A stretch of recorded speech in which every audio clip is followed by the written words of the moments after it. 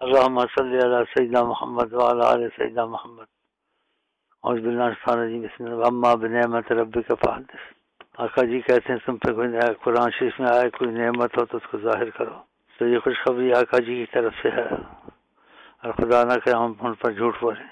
جو آقا پہ جھوٹ بولے اپنی جگہ جہنم بنائے، تاکہ آپ لوگوں کو اپنی نسبت کا بہت فخر ہو، خوشی ہو، اور شکر کے دو دفعہ پڑھ سکے تو پڑھ لینا.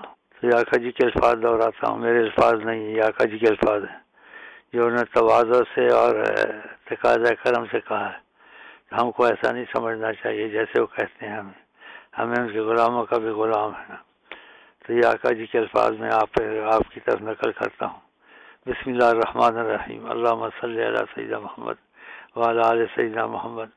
اب آقا جی کے الفاظ ہیں، یہ فرما رہے ہیں: اے میرے بھائی، دوسرے تمام اولیاء اللہ کو لنگر ان کے مرنے کے بعد چلتے ہیں.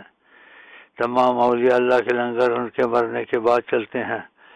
ہم نے تیرا لنگر تیری زندگی میں چلا دیا ہے.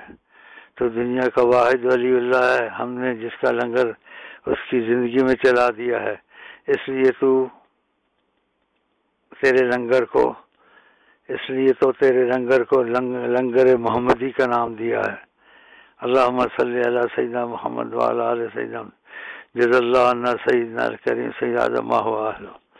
یہ پیغام آقا جی کا سنایا میں نے، اس سے آپ کو فخر اور خوشی ہونی چاہیے کہ تمہاری نسبت کتنی قوی ہے. تمہارا لنگر آقا جی نے زندگی میں چلا دیا. یہ سب ان کی باتیں، میری نہیں ہے.